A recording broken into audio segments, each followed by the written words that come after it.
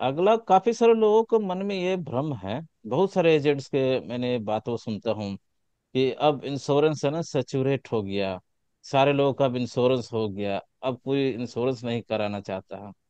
तो मेरा प्रश्न सर आपसे है कि अगला 5 साल, अगला 10 साल आप इंश्योरेंस इंडस्ट्री को कैसे देखते हो? बहुत बढ़िया वैल्यूएबल क्वेश्चन है। आज ही मैं बात कर रहा था कि जहां भारत सरकार ने 2047 का ये रखा है, एवरी बंदा शुड बी इंश्योर्ड, और उसके लिए आईआरडीए, हमारी जो अ, संस्थान है जो इंश्योरेंस को, इंश्योरेंस कंपनियों को कंट्रोल करती है, और उन्होंने एक अपना रोड मैप बनाया है। मैं ये नहीं कहता आपको कि गवर्नमेंट ने अच्छा करा या काम किया या नहीं किया, लेकिन आप देखो कि लोगों को ये पता है। अगर आप गुजरात जाओगे आज के डेट में, सारी इंश्योरेंस कंपनी उधर के क्लेम से दुखी है, क्योंकि उनका क्लेम रेशियो हमेशा ज्यादा होता है। बट ऐसा नहीं है कि लोग क्लेम रेशियो ज्यादा है तो ये गलत बात है। उसमें ये मतलब है कि उधर जो भी काम करने वाले हैं या जो भी गुजरात में रहता है, वो इंश्योरेंस से वेल अवेयर है। देखो, वो गलत करते हैं अच्छा करते हैं, that is beside the point, but most of the families know that there is an insurance cover that we can take, and we, most of the families, 99% of the families are covered under insurance. Isn't it great? कहीं आप देखो, वैसे तो हम लोगों को जब करते हैं, अगर आप देखोगे गुजरात के खाने का स्टाइल है या कहीं भी एक आपकी कई बार लाइफस्टाइल डिसीज भी ऐसी होती है कि जिसके अंदर आपको पता लगेगा, अगर आप स्टैटिस्टिकली देखोगे कहीं भी, तो ऐसा हो सकता है कि कहीं पे कुछ स्थान पे, जैसे कई बार कैंसर कोई बहुत जगह, एक कोई कॉन्सेंट्रेटेड प्लेस है वहां पर कैंसर ज्यादा होते हैं, या कोई कॉन्सेंट्रेटेड प्लेस है जहाँ पे हार्ट अटैक ज्यादा होते हैं। तो उन्होंने कई बार ऐसी चीजें फाइंड आउट करके पता चला है कि जो जैसे उनका रहना सहना होता है, या लाइफस्टाइल डिसीज है, या फिर वाटर बॉर्न डिसीजेज है, तो वो सब ज्यादा है वहां पे। But they are also aware कि हमें इससे कैसे बचाना है। तो इंश्योरेंस जो है, मेरे ख्याल से आने वाले टाइम में, जैसे हमने कोविड में देखा, और आप ये मान के चलो कि आधा टाइम जो है, इंश्योरेंस आपका इमोशनल लॉस नहीं कवर कर सकता। कोई भी टाइम में अगर आप देखोगे, वी कांट कवर, इंश्योरेंस पर से can not cover your emotional loss, but financial loss जो है, जो आपने ड्रीम्स देखे उनको बचाता है। अगर आप बीमार पड़ जाते हैं, जैसे हेल्थ इंश्योरेंस में है, तो आपको जहां पे आपकी जो जमा पूंजी बड़ी मुश्किल से, पहले ये तो इस बार 12 लाख का हमने देखा, हमारे फाइनेंस मिनिस्ट्री सीतारमन मैडम ने 12 लाख तक का वो दे दिया, टैक्स फ्री इनकम है लोगों के पास। तो आज वो सब चीजों में मैं ये सिर्फ ये इससे बताना चाहूंगा कि आप लोग वो 12 लाख के रिटर्न भरने शुरू करें, क्योंकि टर्म इंश्योरेंस भी है, सिर्फ उनको मिल सकता है जिनके पास फाइनेंशियली कुछ लिखा हुआ है, उनकी रिटर्न्स हैं, ताकि आपकी वैल्यू बनती है। आज हम गाड़ी को लेते हैं जिसका कोई लेना देना नहीं होता, डेप्रिशिएटिंग एसेट है, और सिर्फ एक जगह से दूसरे स्थान में जाने का, वेदर इट इज लग्जरी या फिर आपको एक कन्वीनियंस है एक जगह से दूसरे तरीके जगह तक पहुंचने की, तो उसकी हम इंश्योरेंस हमें करानी पड़ती है, क्योंकि गवर्नमेंट ने डंडा कर रखा है, रास्ते में पुलिस पकड़ेगी, ये देखेगा, और आपको अच्छा नहीं लगता कि कोई आपको रोके और पुलिस वाला आपकी फैमिली के सामने कोई ऐसी चीज पूछे जो आपके पास ना हो और वो आपका चालान काट दे। I you feel very embarrassed in front of the family. और फिर बीवी भी बोल देती है, आप इतना छोटे से आप काम को है, आपको पता है आपकी इंश्योरेंस नहीं थी तो आपको कराना चाहिए था। बच्चे भी देखते हैं, तो वो भी समझते हैं। और लेकिन जो हम इतने अपनी जो फैमिली है जिसके लिए हम ये सब करते हैं, उनके पास हमें दिखाने के लिए हमने वो हमारी इनकम नहीं है कि मैं उनके जो सपने मैंने देख रखे हैं उसको मैं प्रोटेक्ट करूं, या मैं उनको चाहता हूं मेरे बच्चे जिस हिसाब से पो सके, तो उनके लिए मैं क्या छोड़ के जा रहा हूँ। मान लीजिए अगर आपने नहीं भी लिया है टर्म इंश्योरेंस, और आपने वैसे अपने पास बहुत सारा कैश इकट्ठा कर लिया हो, या आपके पास कुछ और पुराना पीछे से पैसा हो, आप उसको जब हॉस्पिटलाइज्ड होते हैं और उस समय आपके पास इंश्योरेंस नहीं होती, तो वो पैसा तो उसमें सारा खप जाता है। और आप देखोगे आजकल इतने जल्दी तेजी से लोगों में बदलाव आ रहा है, जो कि आप हेल्थ है, आप देखोगे 40 साल के थे राजू, जो हाथ से कमी में थे, जो उन्होंने लेकर आए, वो भी आप देखोगे 40-44 की उम्र में चल के गए। अभी एक अगर आप कोई भी मतलब अगर आप न्यूज देखोगे पिछले, अगर गूगल आप करोगे तो आपको पता लगेगा 30 से 45 साल तक के बहुत सारे लोग ऐसे ही चाहते जा रहे हैं, चाहे वट एवर डिसीजेस। तो ये आपके स्ट्रेन डालती हैं सारी चीजें। तो गवर्नमेंट ने क्या किया इन सबको समझते हुए, तो गवर्नमेंट ने एक 2047 के बताया कि मैं 130 करोड़ लोगों को ही इंश्योर करना चाहती हूँ। आप सोचो, आज हमारे जो एक्चुअल में जनसंख्या है इंश्योरेंस एजेंसी में, वो है 35 लाख 40 लाख। वो भी डिक्रीज होती हुई जा रही है। इसका मतलब ये नहीं है कि आपके पास इंश्योरेंस एडवाइजर नहीं है, लेकिन आपके पास गैप इतना बड़ा है। लोग कहते हैं 3% है, और इस साल आपको मतलब ये जान करके मतलब हैरानी होगी कि जो बढ़ने का था 3% से, जो हमें बढ़ना चाहिए था, जो हम 100% की बात कर रहे हैं, वो 3% से हम नीचे आ गए। तो मैं ये बता रहा था आपको कि उसमें जबकि ना डी ग्रोथ हो गई है। अब मान लीजिए जैसे हम 3% पे थे, आज 2.9 1 पे हैं। जो हमारी, या तो लोग ज्यादा हो गए या हम लोग ने उतना पेनिट्रेशन नहीं किया। और अगर आप समझो कि हमारी 3% जनता है, और जैसे जो डेवलप इकोनॉमीज हैं जैसे कि अमेरिका हो गया, उसमें 35% लोग, वहाँ की जनसंख्या में, वो लोग 35% पूरी जीडीपी में, या जितने भी उधर की पॉपुलेशन है, they are covered up to 35%, which is a big big numbers. और यहाँ पे हम लोग 100% की बात कर रहे हैं। तो मैं समझ नहीं पा रहा हूँ कि मैं इन नंबर्स को कैसे देखूं, क्योंकि it is such a vast number. और अगर 2047 के ऊपर हम ये करके चल रहे हैं कि हमें 100% को पता है, तो ये मैं मान के चलता हूँ कि ये 1 2 या 5 साल की ग्रोथ की बात नहीं हो रही है। आज का ये तो एक मौका है कि जो लोग इंश्योरेंस इंडस्ट्री में नहीं गए हैं वो जाएं, क्योंकि जो बहुत बड़ा, ये बहुत बड़ी इंडस्ट्री है, और इसके लिए इतने लोगों की जरूरत है जो हम आज भी उनको पूरी तरीके से इंश्योर नहीं कर पा रहे। और ये जो एक हमें मौका मिला है ना, देखो, इन्होंने जब 12 लाख किया, मेरे ख्याल से इंश्योरेंस भी एक उनके दिमाग में होगा, बिकॉज टर्म इंश्योरेंस आप तब तक नहीं दे सकते जब तक आपकी खुद की वैल्यू नहीं है। तो मैं आपको एक एग्जांपल देता हूँ। जैसे आप 30 साल के हैं और आपको इंश्योरेंस चाहिए, और आपकी 12 लाख की डिक्लेयर्ड इनकम है, तो आप उसके 25 टाइम्स आपको मिल सकता है। यानी कि आप 2 ढाई करोड़ के लिए तो इंश्योर्ड हो सकते हैं। जब हम लोग ने शुरू किया था 2020-21 में, जब टर्म इंश्योरेंस की बहुत तेजी से डिमांड हो गई, तो आप सोचो 1 करोड़ ऐसे लगता था जैसे बहुत बड़ी लोगों ने इनकम कमाई है। बट आज आप उनकी डेवलपमेंट में आके देखिए, अपनी जीडीपी के हिसाब से देखिए, तो आज आपको लगने लगेगा यार 1 करोड़ कितना कम कवर है। 1 करोड़ से होता क्या? और आज जिनसे पूछो ना, अगर आपके पास टर्म इंश्योरेंस, तो खुद ही बोल देते हैं, "नहीं, ये अभी हमारे पास 1 करोड़ के ले लिए बस बहुत है।" अरे क्या आप 1 करोड़ में, अगर आप 30 साल के हैं और आप एक मैरिड हैं और एक बच्चा भी है आपका, जो कि नॉर्मली स्टेज में हो जाता है, या 31 32 में हो जाता है, एक एवरेज एज लेके चल रहा हूँ आजकल के, जिसमें हस्बैंड वाइफ और एक बच्चे हैं, क्या 1 करोड़ में वो अगर 60 ईयर्स तक, अगर बच्चा अभी 1 साल का ही है, तो उसको 20 साल या 24 साल में, जैसे आपने देखा है, क्या वो 1 करोड़ से पूरा हो पाएगा आपका सपना? अब ये कंसीव करना भी लोगों के लिए मुश्किल होता है कि यार 1 करोड़ से क्या हो पाएगा। जबकि मैं 2000 से मैं देखूं, तो सन 2000 से लेके अभी 2021-22 तक के, तो बड़ी खुशी होती थी कि लोगों ने 1 1 करोड़ के इंश्योरेंस लेने शुरू कर दिए, सम इंश्योर्ड। 2 करोड़ 4 करोड़ 5 करोड़, और कई बार तो बिजनेसमैन ने 100 100 करोड़ के लिए। आप देखो कि जब तक किसी ने इंडस्ट्री में तब नाम नहीं सुना था, या एक या दो इंडस्ट्रियलिस्ट होते थे जो सिर्फ 100 करोड़ का सम इंश्योर्ड लेते थे। आज 100 करोड़ मेरे ख्याल से बहुत सारे लोगों ने अगर इतने मतलब करा रखा है। आज आप एक एमएसएमई सेक्टर में जाओगे तो मैं उनसे बोलता हूँ, उनके लोन ही 30 40 करोड़ के हैं। और जो बैंकिंग में गई हैं कि आपको एनपीएस में नहीं आना है, और आपको देखना है आपकी फैमिली ना इससे परेशान हो, क्योंकि जो आपको लोन भी दिया था अगेंस्ट प्रॉपर्टी, और आपका वो अपना घर है, तो वो बैंक तो वो घर बेच के भी अपना लोन ले जाएगा। आपने क्या ऐसा कर रखा है कि आपके 40 करोड़ जो हैं, वो आपके ना रहने पे, वो आपकी लाइफ में वो इतना बड़ा बदलाव आ जाएगा आपके वाइफ और बच्चों के लिए, या आपकी फैमिली के लिए। कईयों के बूढ़े माँ बाप होंगे।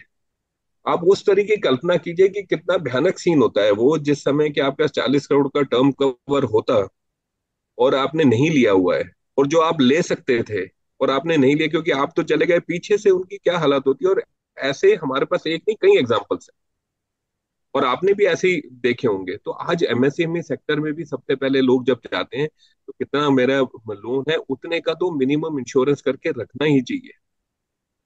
तो ये एक मैं आपको बता रहा हूँ कि जो आपने मेरे से बात पूछी कि ये 5 साल में इंश्योरेंस का क्या होने वाला है, 5 साल नहीं, ये 20 साल तक की सनराइजिंग इंडस्ट्री है। इसके अंदर आज आप अंदर जाएंगे तो आपके भविष्य आपका वेट कर रहा है।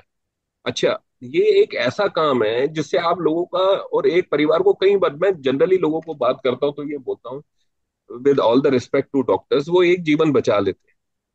लेकिन जो एक हम इंश्योर करके आते हैं ना उनको, उनके ना रहने पे भी हम 3 3 4 4 जिंदगियां बचा लेते हैं और उनके सपने भी बचाते हैं साथ, जो उन्होंने अपने परिवार के लिए देखे। तो it is a very very noble profession. और आप तो, जैसे आप कई बार मैंने देखा आप रिटायरमेंट वाले लोगों के लिए बात करते हैं, और जिन्हों के लिए सेकंड इनिंग्स की बात करते हैं, और उनको एजेंसी के लिए आप बात करते हैं लोगों।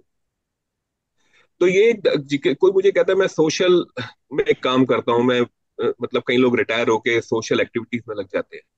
इससे बड़ी सोशल एक्टिविटी क्या होगी कि आप बाहर जा रहे हैं, लोगों को मिल रहे हैं, लोगों का जीवन बना रहे हैं, और कई ऐसी चीजें हैं जो आपने अपने टाइम में देखी नहीं, क्योंकि रेट ऑफ चेंज जो है ना आजकल लाइफ का बहुत तेजी से हो रहा है। अगर मैं आपको बताऊं जो 70s या 80s में पैदा हुए उन्होंने देखा कि धीरे धीरे बढ़ रहे थे, धीरे धीरे चेंजेस हो रहे थे, मतलब डिकेड लग जाता था किसी भी चीज को चेंज होते हुए।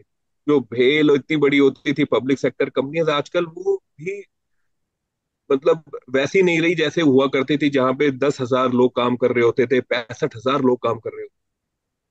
आज जो काम कर रहे हैं वो प्राइवेट इंडस्ट्री में कर रहे हैं। इन्फोसिस हो गई, टीसीएस हो गई, या ये जो 70 70 80 80 हजार लोगों के साथ मैन पावर के साथ काम कर रहे हैं, रिलायंस हो गई, अडानीज हो गए, ये लोग, इन्होंने एक बहुत बड़ा उसको, ये प्राइवेट सेक्टर में बड़े बन गए। जो हमारा पब्लिक सेक्टर होता था वो धीरे धीरे करके खत्म होता गया।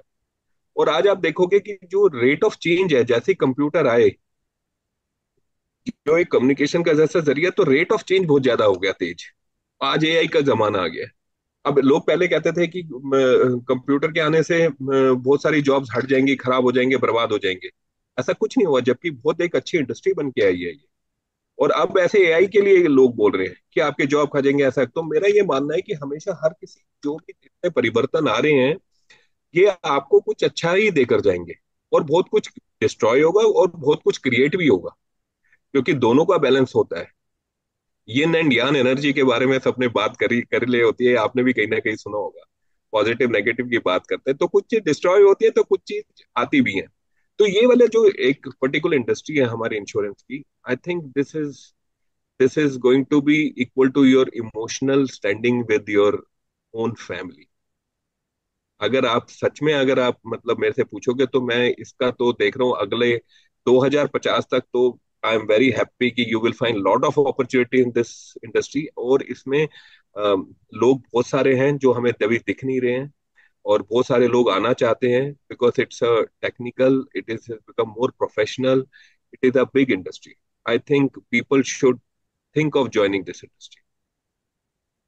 बहुत अच्छे से पवन सर आपने बताया कि किस तरीके से हम लोग अभी इतने एक बहुत बड़ा अपॉर्चुनिटी इंश्योरेंस इंडस्ट्री में वेट कर रही है लोगों के। अभी जिसने पिछले हम लोगों ने जो भी इंश्योरेंस में अभी नहीं देखा, जो ग्रोथ है, जितना पोटेंशियल है, तो उससे कई गुना ज्यादा अभी आगे हमारे लिए वेट कर रहा है।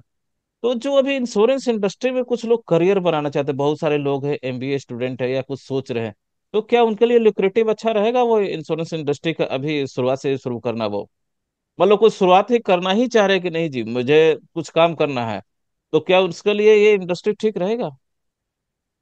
अब आप देखिए, अगर मैं आज किसी से बोलता हूँ आप वेल्थ मैनेजर बनिए, तो वो जो वेल्थ मैनेजर नाम से ना, दे फील वेरी प्राउड कि I am a wealth manager. हमारे इंश्योरेंस इंडस्ट्री में ना बैरियर बड़े कम है। और कई बार लोग बोलते हैं, मैं आपके चैनल के हिसाब से भी लोगों को बताना चाहता हूँ, क्योंकि कहीं हो सकता है कि आपके कई ग्राहक भी देख रहे होंगे इसको या देखेंगे। तो मैं बताना चाहता हूँ, हम लोग को ना ये बड़ा एक वो लगता है कि यार इसमें से ना आप लोग की कमीशन ज्यादा होती है, और आप लोग को ये नहीं पता होता कि आप वो इतने दे देते हो, फिर आप उसका मिस यूज होता है, और ये होता है और वो होता है, बड़ी सारी चीजें, चार चार छह छह टाइप की बातें करते हैं। लेकिन मैं आपके माध्यम से ये बताना चाहता हूँ कि देखिए आज जैसे एक लोगों के साथ स्टिग्मा है, insurance is a matter of solicitation. अब ये बात में सब कुछ छुपा हुआ है कि आप हमारे इंश्योरेंस में इसलिए नहीं हमें ज्यादा पैसे दिए जाते हैं कि हमें इंजॉयमेंट चाहिए उसकी, लेकिन आप ये नहीं समझते कि हम 100 लोगों के पास जाते हैं, या इंश्योरेंस एजेंसी जब जाती है उसके पास अपने आप को स्टैब्लिश करने के लिए, अगर आज किसी ने जाना है 100 बंदों में से सिर्फ 4 या 10 लोग होंगे जो आपसे खरीदारी करते हैं। तो जो आप 100 में जब आपका ये इसकी कभी टफ सेल कहते हैं, जैसे डायरेक्ट सेलिंग हुआ करती, अगर आप देखोगे तो आई डोंट रिमेम्बर वो कौन सी कंपनी, यूरेका फोर्ब्स कंपनी थी, जो घर घर जाके मशीनों को बेचा जाता था। और उस समय हमारे टाइम पे तो मतलब अगर किसी यूरोका फोर्स में किसी ने काम किया वो 5 साल, तो उसको फार्मास्यूटिकल्स की कंपनी बहुत जल्दी अपने इधर सेल्स में ले लेते थे, क्योंकि उनके पास उनका सब कुछ डर जो प्योर सेल्स होती है, दुकान दुकान घर घर जा जाके सेल करनी पड़ती है। ऐसे ही इंश्योरेंस में लोगों को आज तक अपनी इन्वेस्टमेंट करने में कोई वो नहीं है। वो म्यूचुअल फंड के लिए भी करना चाहेंगे, वो ये भी करना चाहते हैं, पर मैं कई लोगों को ये बोलता हूँ आपकी फाइनेंशियल जर्नी एक्चुअली ना इन्वेस्टमेंट से नहीं स्टार्ट होती, आपकी जर्नी हमेशा प्रोटेक्शन पे स्टार्ट होती है।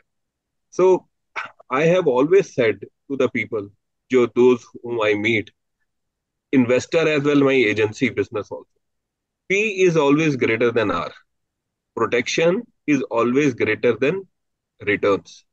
आज आप देखिए रिटर्न्स इतनी ज्यादा मिली लोगों को, पर आप देखिए सब अपने प्रोटेक्शन के लिए भाग रहे हैं ना। कितनी 10 साल में रिटर्न रिटर्न रिटर्न इतना नहीं है, और मुंह पे कह देते थे देखो तुमने जो किया उसमें 10% आई है, ये मैंने अपने आप किया देखो 25% रिटर्न।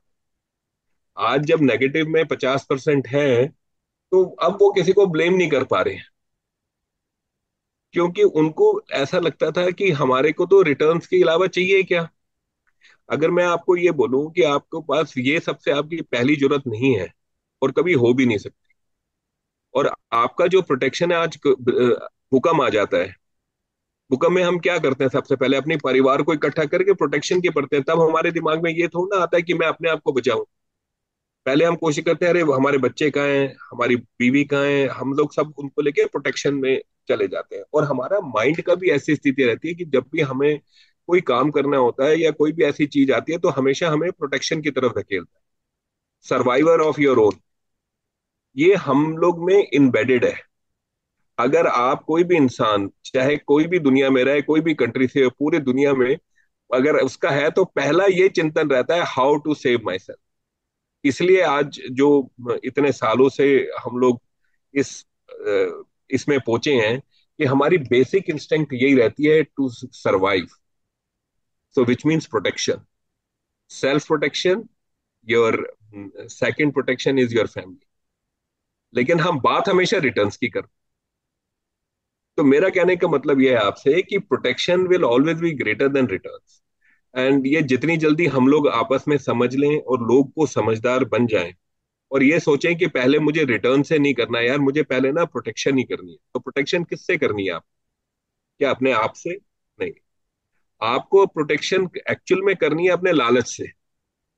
आपको सबसे पहले जो आपके अंदर का जो रहता है ना ग्रीड, उसके ऊपर सबसे पहले प्रोटेक्शन लेनी है। वो प्रोटेक्शन कैसे कि आपका मन करेगा आज मेरे पास लाख रुपए है, आपके पास इतने स्कैम होते हैं इंडिया में, आपको पता है क्यों होते हैं? They play on your greed, कि देखो जी आपको 8% का नहीं है। अभी मेरा रिसेंटली मैंने किसी के साथ बैठा होता क्रिप्टो में, उन्होंने कुछ किया, किसी ने एमएलएम चलाया हुआ था, दुबई से काम होता था, और वो पता लगा वो कंपनी दुबई में भी जाके क्योंकि वहां बैठे हुए थे यहाँ चला रहे थे, तो वो सब डूब गए। अब कोई पकड़ने के लिए दुबई नहीं जा सकता, जो वहां पे आते जाते रहते थे वो भी हाथ जोड़ के खड़े हो। एक अभी रिसेंट का स्कैम था कि सर्वर्स में हम लगा देंगे, आप सर्वर्स में इन्वेस्ट करिए, लोगों से बहुत पैसे ले लिए, मतलब, और उसमें रिटर्न हम आपको 24% दे रहे हैं। अब आप बताओ किसी कंपनी में जहां पे इतनी बड़ी लिमिटेड कंपनीज 10-10%, 12-12% या 20% ऑपरेटिंग प्रॉफिट पे काम कर रही है। नेट प्रॉफिट तो चलो कम ही होता है, मैं तो एक ऑपरेशन की उसके ऊपर बात कर रहा हूँ कि वो भी 20% पे काम कर रही है, और इतने बड़े बड़े लोग काम कर रहे हैं उसमें। और उनकी बैलेंस शीटें देख लो तो आपको उसमें पता लग जाए कि 25% से ग्रोथ हो रही है, या उनकी खुद की नेट प्रॉफिट की प्रॉफिटेबिलिटी कितनी है। और आप एक्सपेक्ट कर रहे हो बैंक जहां 8% दे रहा है और आप 24% ले रहे हो, तो ये पैसा डूब नहीं हुआ। और ये कॉमन सेंस की बात है जो कि वेरी अनकॉमन हो जाती है जब हम अपने ऊपर बिहेवियर में आते हैं। इसलिए एडवाइजर जरूरी है। तो इस केस में क्या होता है कि जब आपने प्रोटेक्शन की पहले बात करी, तो उनके पास सबसे पहले मैं जो लोगों को बोलता हूँ कि you should have your mediclaim number one, and second is term cover, emergency funds, critical covers, personal accident. ये पांच हमारे है ना पंच प्यारे। गुरु ग्रंथ साहब में अगर आपने पढ़ा हुआ तो गुरु जी के पंच प्यारे थे। तो ये पांच चीजें आपके पास होनी बड़ी जरूरी है before you do any kind of investment of your future. मैं आपके लोगों के लिए फिर से रिपीट कर देता हूँ। आपके पास मेडिक्लेम होना चाहिए पहला, दूसरा आपके पास टर्म इंश्योरेंस होना चाहिए, तीसरा क्रिटिकल इलनेस होना चाहिए, आपके पास पर्सनल एक्सीडेंट होना चाहिए, और पांचवा मैंने क्या बोला था? पंच प्यारे नाम आपने दिया था। तो सर पवन सर, अब थोड़ी सी और इमरजेंसी हम, फंड होना चाहिए, इमरजेंसी फंड होना चाहिए। तो थोड़ा हम तो सब ये आते पांच। हैं आपके एफडीआईटी जर्नी की तरफ। तो फर्स्ट टाइम आपने एमडीआईटी कब कंप्लीट किया था? ऐसा था एक बार ना, कई बार अगर आप जब काम करना शुरू कर देते हो, और आपको मैंने जैसे आपको बताया, पहले आप इंडिविजुअल स्पोर्ट्स में था, फिर हम सारे वो स्पोर्ट्स खेले जिसमें टीम आई। तो ऐसा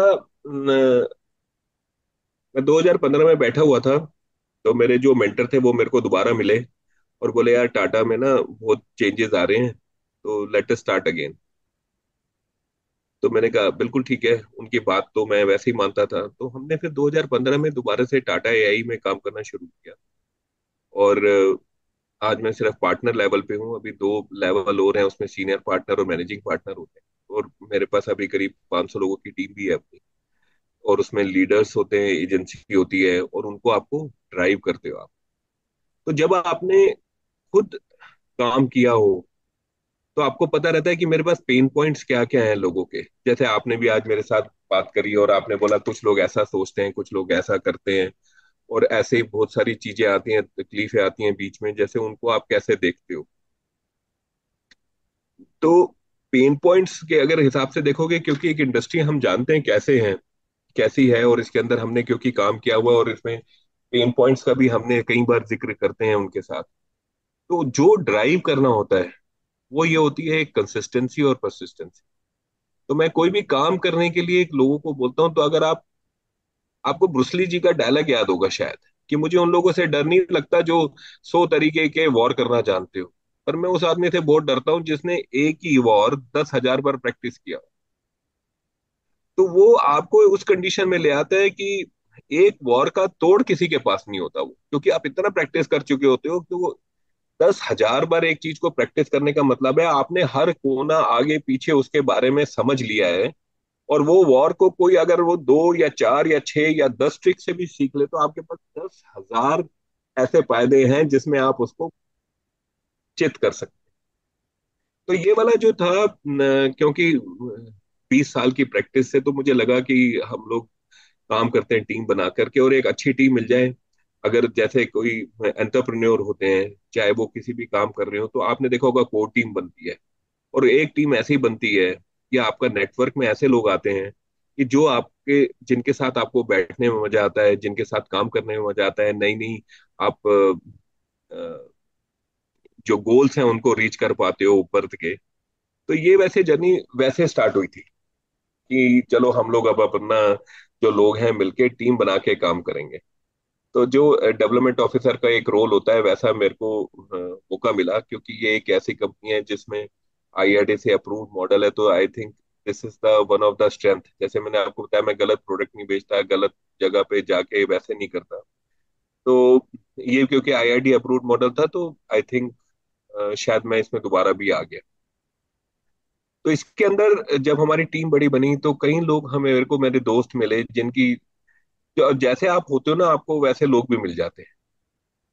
तो कंसिस्टेंटली आप परफॉर्म करते रहोगे, तो आपको एक पता लग गया कि जब आप इसके अंदर जाते हो ना, तो आपके पास कई लोग ऐसे होते हैं जो बड़े होते हैं, उनके फिर कई बार आपको ऐसा लगता है कि वो थोड़ा पीछे भी हटते हैं, एकदम से आपके साथ नहीं जुड़ना चाहते। अगर आपकी इंटेंशन ठीक हो और आपके पास इतना बड़ा एक्सपीरियंस हो, तो वो लोग भी चाहते हैं कि उनको भी किसी की जरूरत है, जो कि एडवाइजर मिलना मुश्किल है। एडवाइजर जरूरी है। जरूरी है। तो उनके लिए भी एडवाइजर जरूरी है, उनको भी डील करने वाला होना चाहिए। वो भी इस बात को समझते हैं। तो कई बार मैं जाता हूँ, मैं कहता हूँ यार देखो, आप कितना मर्जी अपने आप पे अपने आप चढ़े और बने और आपने ग्रोथ करने की कोशिश करी, लेकिन आप भी आज वहीं तक हो, तो क्या होता है हर किसी का एक ना लेवल आ जाता है, तो वो उसी के अंदर जैसे ये दो हो गई और मैं कंचा दे दूं और दोनों में नॉर्थ और साउथ हो, तो ये ऐसे ही ऐसे करके बस पेंडुलम की तरह हम इसी के बीच में रह जाते हैं।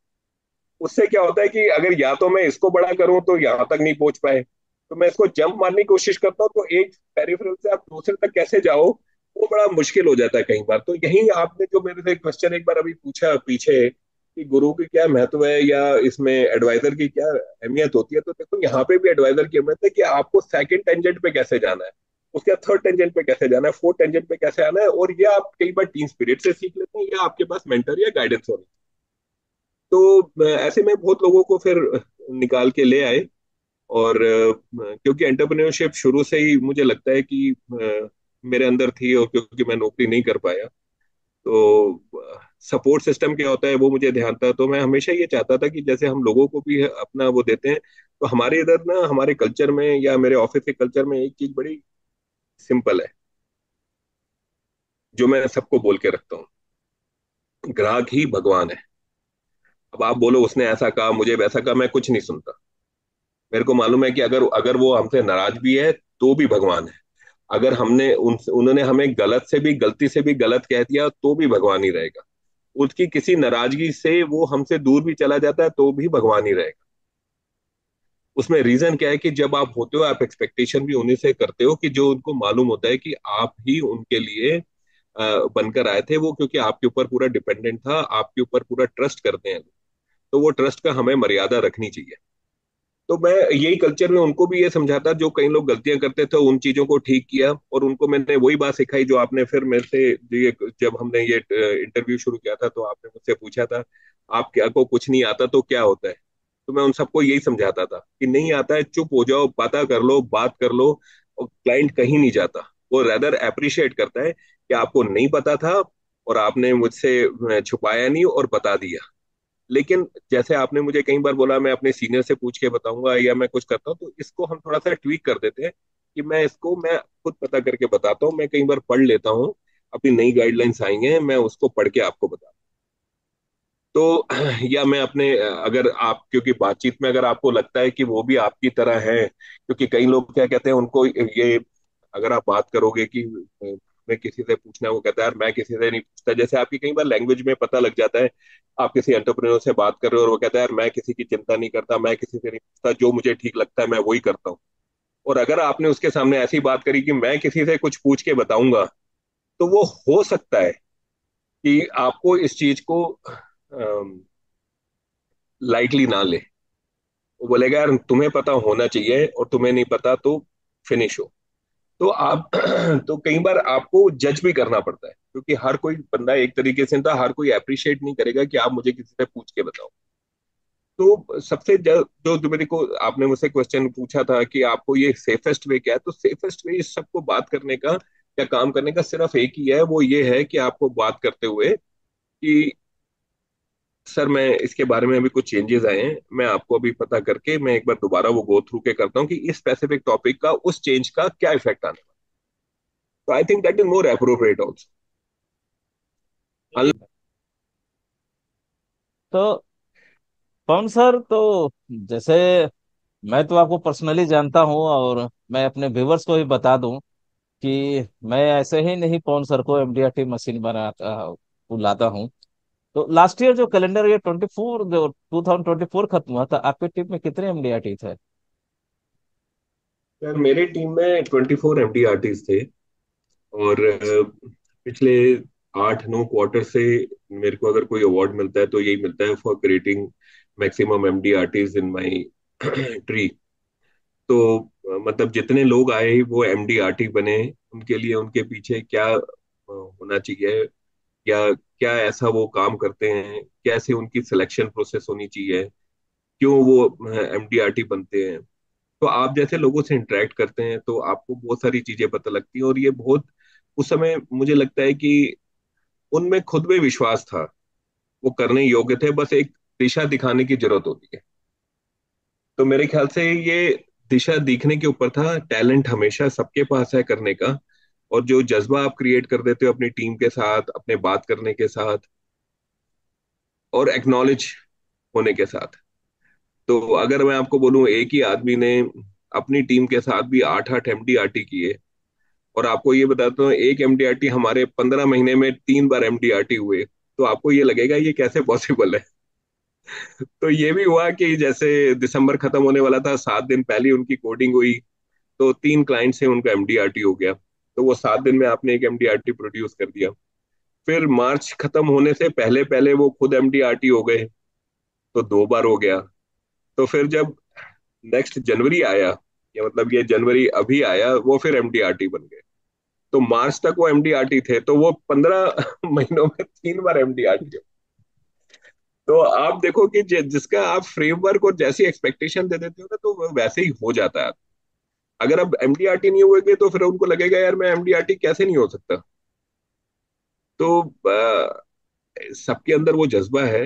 It is that they how they have to do it, करके दिखा सकते हैं। आपकी इंटेंशन ठीक हो, आप उनको सच में बढ़ाना चाहते हो, तो मुझे लगता है ये कोई ऐसा डिफिकल्ट गेम नहीं है। बिकॉज अगर आप दूसरी जगह से आप कंपेयर करोगे तो वहां पे तो कई बार, मेरे को मानना है कई देशों में तो 1 करोड़ या 80 लाख रुपए पे MDRT होता है। आज हमारे पास MDRT करने के लिए 40 lakhs है। और जितने MDRT बनने चाहिए, अगर आपको मैं एक और चीज बताऊं, कि जितने कंसिस्टेंट MDRT हैं वो बहुत कम लोग होते हैं, जिन्होंने पहले साल किया, 2 बार किया, 3 बार किया। कई बार होता है ना, आप गलती से भी MDRT कर लेते हो, तो वो भी ऐसे होता है। लेकिन आपको ये अगर मैं बताऊं कि वो MDRT कैसे करते हैं, अगर आप उसके अंदर जाके उनके साथ बैठ के आप उसके साथ बात करोगे, तो आपको पता लगेगा कि वो 1 बार या 2 बार बाय फ्लूक नहीं होता।